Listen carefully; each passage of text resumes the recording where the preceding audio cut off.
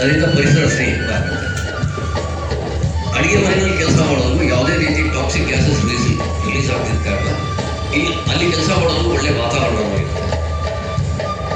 ಸುಮಾರು 2012 ಇನ್ನು ಮೊದಲನೇ ಮನೆಗೆ ನಾವು ತಗೊಂಡ್ಬಂದ್ವಿ. ಹೆಚ್ಚು ಕಮ್ಮಿ ಒಂದು 5,000ಕ್ಕಿಂತ ಹೆಚ್ಚು ಕ್ಲೈಂಟ್ಸ್ ಅಕ್ರಾಸ್ ಇಂಡಿಯಾ ಇದೆ.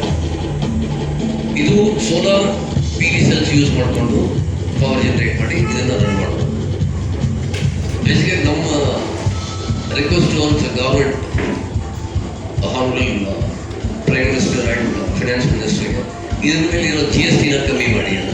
ಅದರಿಂದ ತಗೊಳ್ಳೋಕ್ಕೂ ಜನರು ತಗೊಳ್ಳೋಕ್ಕೂ ತುಂಬ ಅನುಕೂಲ ಆಗುತ್ತೆ. ಇದು ಬೆನಿಫಿಟ್ ಏನು ಅಂದರೆ ನಾವು ಬೇರೆ ಕಂಟ್ರಿ ಮೇಲೆ ಡಿಪೆಂಡ್ ಆಗೋ ಅವಶ್ಯಕತೆ ಇಲ್ಲ. LPGಗಾಗಿ ಪವರ್ ಸೋರ್ಸು ನಾವೇ ಜನರೇಟ್ ಮಾಡ್ತಾ ಇದ್ದೀವಿ. ಇವಾಗ ಹೆಚ್ಚು ಕಮ್ಮಿ ಇಂಡಿಯಾದಲ್ಲಿ 51%ಗಿಂತ ಜಾಸ್ತಿ power solar, wind and other ಸೋರ್ಸಸ್ನಿಂದ ಬರ್ತಾ ಇದೆ. ಅದರಿಂದ ನಾವು more self reliant on electricity.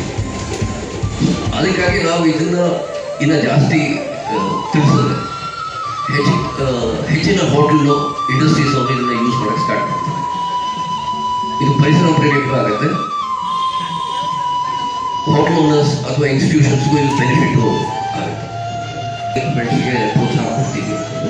ಅದಕ್ಕಾಗಿ ನಮ್ಮದು ರಿಕ್ವೆಸ್ಟು GST ಕಮ್ಮಿ ಮಾಡಿದ್ರೆ ಇನ್ನೂ ಅನುಕೂಲ ಆಗುತ್ತೆ ತಗೊಳ್ಳೋರಿಗೆ. ಈಗ 18% ಇದೆ. ಕಮ್ಮಿ ಮಾಡಿದ್ರೆ ಅಥವಾ 0 ಮಾಡೋದು ತುಂಬ ಅನುಕೂಲ ಆಗುತ್ತೆ ಬಳಸೋರಿಗೆ. ಕಂಪನಿ ಟರ್ಮ್ಸ್ ಅಂಡ್ ಕಂಡೀಷನ್ಸ್ ಹತ್ರ ಮಾಡಿ ಫ್ರೀಕ್ವೆನ್ಸಿ ಇದ್ರೆ ಮಾತ್ರ ನಾವು ಇದರಲ್ಲಿ 19 kHz ಫ್ರೀಕ್ವೆನ್ಸಿ ಯೂಸ್ ಮಾಡ್ತಾರೆ. ನೀವು ಹೇಳಿದ್ ಕರೆಕ್ಟ್, ಅಲ್ಲಿ ಹೋಗೋಂಗಿಲ್ಲ. ನಾವು less than 20 kHz frequency use ಮಾಡ್ತಾ ಇದ್ದೀವಿ. ಅದರಿಂದ ಏನು ತೊಂದರೆ ಆಗಲ್ಲ. ಒಂದೇ ಒಂದು ಡಿಸ್ಅಡ್ವಾಂಟೇಜ್ ಅಂತ ಹೇಳೋದ್ರೆ ಇದರಲ್ಲಿ ಅಲ್ಯೂಮಿನಿಯಂ ಪಾತ್ರೆ ಕೆಲಸ ಮಾಡಲ್ಲ, ಸ್ಟೀಲ್ ಮಾತ್ರನೇ ಬಳಸಬೇಕಾಗಿರುತ್ತೆ. But at the same time certain ನಾರ್ಮ್ಸ್ನಲ್ಲೂ ಹೇಳಿದೆ ಅಲ್ಯೂಮಿನಿಯಂನಲ್ಲಿ ಅಡುಗೆ ಮಾಡೋದು ಒಳ್ಳೆಯದಲ್ಲ ಅಂತ. ಅದರಿಂದ ಇದು ಸ್ಟೀಲಲ್ಲೇ ಆಟೋ ಕಟ್ ಆಫ್ ಹೋಳಿಗೆ ಎಲ್ಲ ಮಾಡೋದಕ್ಕೆ ಏನು ದೋಸೆ ಹೆಚ್ಚಲ್ಲ ಅದನ್ನು ಮಾಡ್ಬೋದು. ಇದು ಯಾವುದೇ ಡೈರೆಕ್ಟ್ ಕಾಂಟ್ಯಾಕ್ಟ್ ಎಲೆಕ್ಟ್ರಿಸಿಟಿ ಇಂಜಿನ್ ಕಾರಣ ಯಾವುದೇ ರೀತಿ ಶಾಕ್ ಆಗಲ್ಲ. ಕರೆಕ್ಟ್ ಟೈಮ್ ಬಂದಿದೆ. ಯಾಕಂದರೆ ನಾವು ಸುಮಾರು ಒಂದು 12 ವರ್ಷದ ಜನಗಳಿಗೆ ತಿಳಿಸ್ತಾನೆ ಬರ್ತಿದ್ವಿ, ಹೇಳ್ತಾನೆ ಬರ್ತಿದ್ವಿ. ಅದರ ಒಳಗೆ ಟೈಮ್ ತೊಗೊಳುತ್ತೆ. ಈಗ ರೈಟ್ ಟೈಮ್ ಬದಲಾಗಿದೆ. ಗ್ಯಾಸ್ ಪ್ಯಾಕ್ ಇಟ್ಕೊಂಡು ಗ್ಯಾಸ್ ಪೈಪ್ಲೈನ್ ಮಾಡ್ಕೊಳ್ಳೇಬೇಕಾಗಿರುತ್ತೆ ಹೋಟೆಲ್ ಒಳಗೆ. ಸೊ ಸೋರ್ಸ್ ಆಫ್ ಎನರ್ಜಿಗೆ ಏನೋ ಒಂದು ದಾರಿ ಮಾಡ್ಕೊಳ್ಳೇಬೇಕು. ನಾವು ಹಾಕೋಕ್ಕೂ ಅಡ್ವೈಸ್ ಮಾಡೋಲ್ಲ. ಇದಕ್ಕಿಂತ ನಾವು ಸ್ಪೆಸಿಫಿಕೇಶನ್ ಕೊಡ್ತೀವಿ, ವೈರಿಂಗ್ ಮಾಡ್ಕೊಳ್ಳಿ ಅಂತ ಆ ಥರ ಮಾಡ್ತೀವಿ.